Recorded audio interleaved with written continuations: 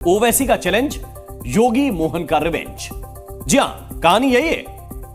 वो जिस शख्स का 20 करोड़ का महल टूटा था, क्या नाम है उसका?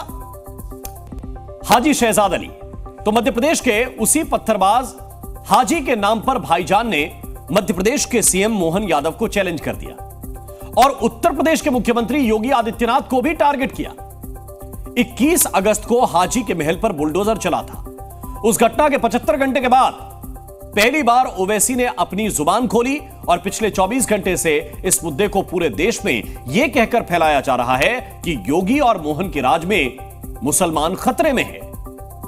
घर को डिमोलिश कर दिया जाता है, किस बुनियाद पर?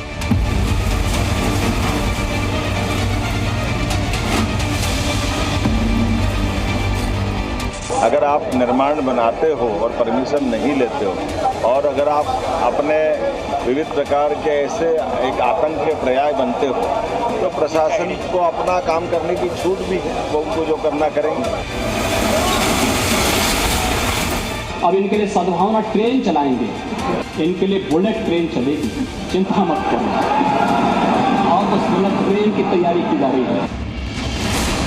पत्थरबाजों के खिलाफ जिस बुलडोजर मॉडल को योगी आदित्यनाथ ने उत्तर प्रदेश में लॉन्च किया, उसी मॉडल से मोहन यादव ने मध्य प्रदेश में हाजी शहजाद अली का महल ध्वस्त कर दिया।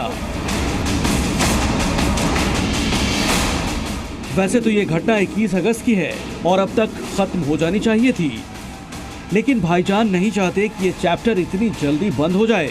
ओवैसी बुलडोजर चलाने वाली सरकार को चेतावनी भी दे रहे हैं और चैलेंज भी, तो उन्हें जवाब भी वैसा ही मिल रहा है। और बीजेपी की सरकार को, बीजेपी के लोगों को बताना चाह रहा हूं मध्य प्रदेश के कि आज इख्तिदार और सत्ता आपके पास है, कल आपके पास नहीं रहेगी। तो क्या जो सरकार आएगी, जनता उनको हटाएगी, तो क्या वो सरकार आपके जिम्मेदारों को उनके घरों को तोड़ दें बुलडोजर के जरिए, आपके चेहरों को काला कर आपको रोड पर परेड करवाएं? कानून तोड़ोगे तो सरकार कानून तोड़ने वाले से व्यवस्थाओं के आधार पर उन पे कार्रवाई भी कर रही, संविधान के अंतर्गत। वैसे भाईजान का ये बयान छतरपुर में हाजी के 20 करोड़ी मकान पर बुलडोजर चलने के 75 घंटे बाद आया। इतनी देरी की वजह ये थी कि ओवैसी कांग्रेस के जवाब का इंतजार कर रहे थे। ऐसा इसलिए क्योंकि हाजी अली कांग्रेस का नेता है, लेकिन जब उन्होंने देखा कि कांग्रेस के नेता हाजी अली को लेकर इतने एक्टिव नहीं हैं, तो मोर्चा खोल दिया।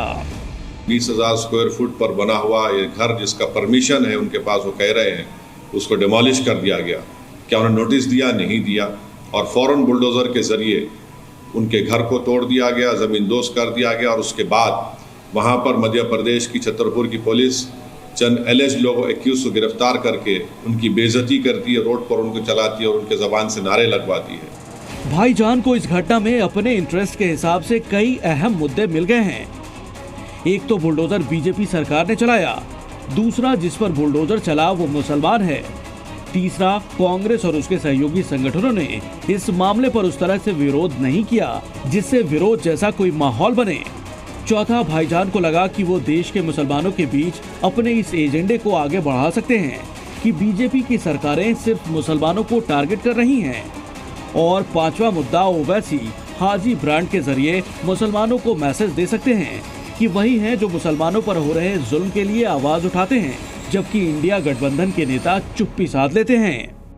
नरेंद्र मोदी बहैसियत वजीर आजम, प्रधानमंत्री पार्लियामेंट में संविधान को चूमते हैं और चूमने का ड्रामा करते हैं, और वहाँ पर बीजेपी की सरकार संविधान की धज्जियाँ उड़ा रही है। किसी के घर को डिमोलिश कर दिया जाता है, किस बुनियाद पर? चाहे उनके घर को तोड़ दिया जाता है, कभी एनकाउंटर के नाम पर गोलियां मार दी जाती हैं। ये आखिर कब तक चलेगा? और मुझे यकीन है कि कोर्ट के पास ये मसला ज़रूर जाएगा, वहाँ के जिम्मेदारों ने बताया है, और कोर्ट से इंसाफ होगा।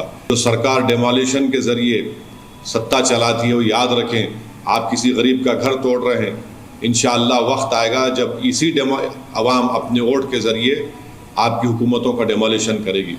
जिस दिन छतरपुर में हाजी का महल टूट रहा था, उसी दिन अयोध्या में गैंगरेप आरोपी मोईद खान के कॉम्प्लेक्स पर बाबा का बुलडोजर चल रहा था। भाईजान बाबा का बुलडोजर शो तो सालों से देखते आ रहे हैं, लेकिन एमपी में मोहन यादव का ऐसा बुलडोजर शो देखकर उन्होंने मुस्लिम मोहल्लों में फिर से माहौल बनाना शुरू कर दिया है। ब्यूरो रिपोर्ट, जी मीडिया। Z News.